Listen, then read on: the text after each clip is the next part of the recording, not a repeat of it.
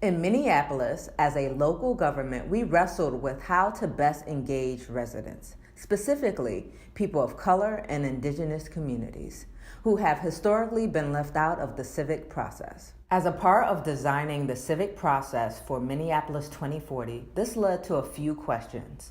One, how could we cultivate spaces and opportunities for authentic feedback and dialogue? And then two, what could we do to build trust, transparency, and educate the public on the importance of the Minneapolis 2040 Comprehensive Plan? In 2016, local artists Molly Van Avery and Mike Hoyt were brought on board to help design creative engagement methods. Their product was called Imagining Equity, illustrative scrolls known as Crankies to invite participants to think, process, and reflect on the history of Minneapolis and how that history has shaped today's racial disparities. Together, we were able to use art as a tool to acknowledge Minneapolis's complex past, opening the door for honest and real conversations about the present and future of Minneapolis. The video you will see is a narrated version of the engagement tool used during the Minneapolis 2040 comp plan process. Watch, think, reflect, and enjoy. What do you imagine when you think about what could be? Why should we look backwards before we look forwards? When you are asked to think about the history of Minneapolis, do you think about the thousands of years before there was a Minneapolis? Gather the past's fragile remnants, stitch them back together into images of the first people, the Dakota. See whole villages that move depending on what the seasons offered. See the hunting, the fishing, the farming.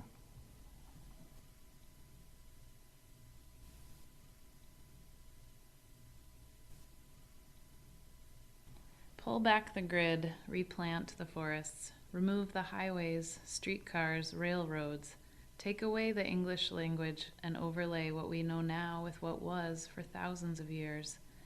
What imagined future holds the perspective of the people, the water, the ways of wild rice? Can you imagine a time when fur traders traveled with ethics, who made friends and family with the Dakota villagers, all of their names as eroded as sandstone river bottoms?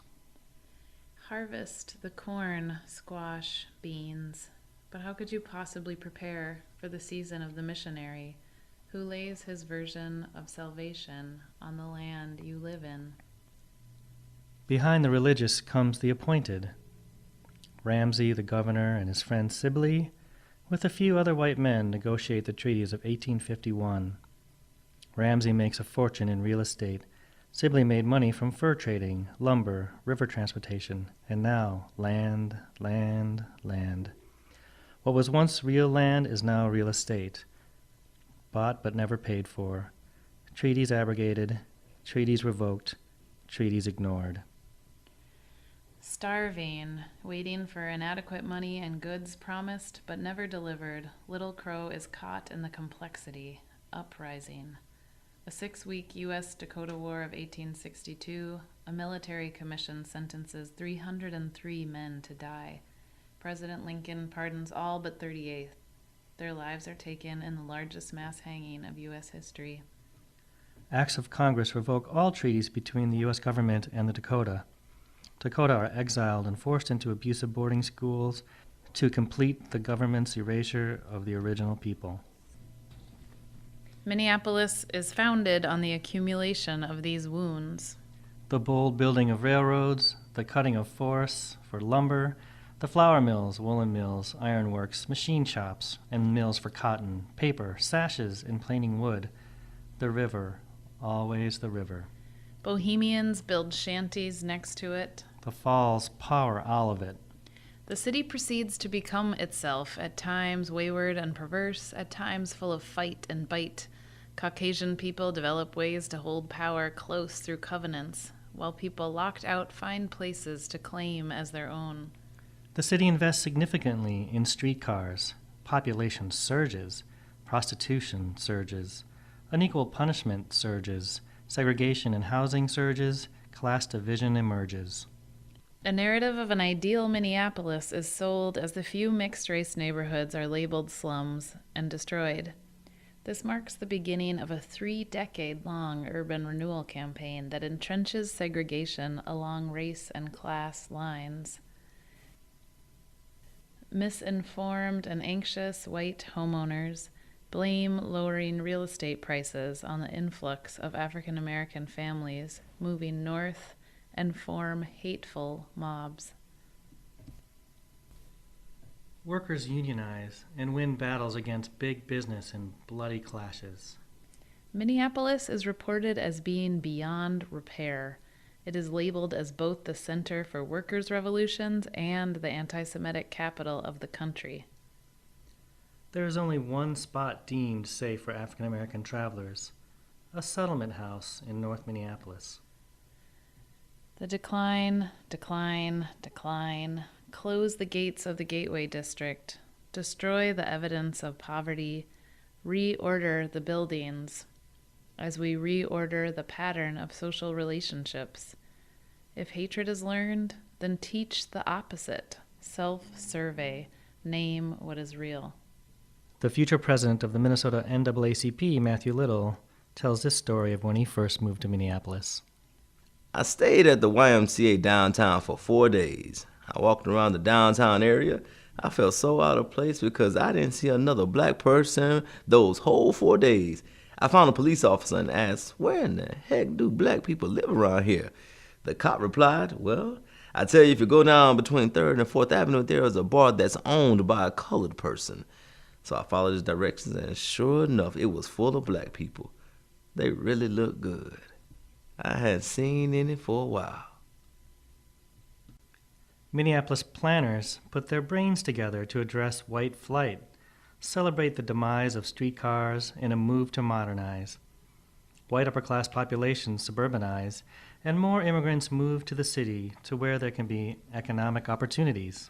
Then the choice is made that solidifies the already present race and class divides as white engineers choose the routes of 94 and 35, drawing lines through the land that would become cheapest to acquire. And the divides get dug deeper. The GI Bill of Rights provides cash stipends for schooling, job training, and low-interest loans to World War II vets as long as those veterans are white. The American Indian movement is founded to turn the attention of Indian people toward a renewal of spirituality, which would impart the strength of resolve needed to reverse ruinous policies. Chicano brown berets build power and pride within Latino communities. The Plymouth Avenue Rebellion inspires a policy push towards racial justice, as Mayor Arthur Naftalin observes. A fire of protest against indignity and denial is burning here. These accumulations of activism push white voters to elect Charlie Stenvig, a member of the Police Federation who campaigned on a law and order platform. Once again, the city tries to address urban blight, focusing on Hennepin and Nicollet. Federal urban renewal funds dry up, so the city bulldozes whole districts, hoping private developers will pay to build on vacant land through tax increment financing. A new era begins of private developers dramatically altering housing, commercial, and cultural districts. Meanwhile, mothers worked to desegregate schools in 1971. The Minnesota Miracle Plan is signed, while miraculous lesbian-owned bookstores thrive, and towers are built that scrape the sky, and secret wars end, and progressive Catholics and Lutherans help Hmong refugees make Minneapolis home. Skyways elevate people above the street, while people take to the streets once again to push back against police violence. Civil unrest and civil rights and commissions, while communities work and fight through different lives. Queers and crackdowns on porn theater, pitting feminist lesbians against gay men in sex war. And play ball. And the Americans with Disabilities Act alters streets and lives, increasing mobility for all. The internet alters knowledge and lives, changing everything that has been into what will be. We begin to care for clean water. Create charter schools. We begin to welcome Somali refugees. We write a comprehensive plan that states we will be a people-oriented city while we lower the minimum wage to the lowest it has ever been. We are a city that builds and breaks, builds and bulldozes, open doors to some and locks doors to others. We all live here in homes sometimes taken by banks or tornadoes. Some lose while others gain. We either create policy or push back against it.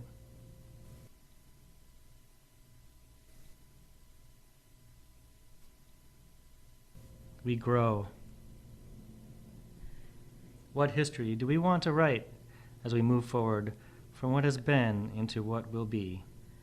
How do we co-create a future where the we is greater than the me?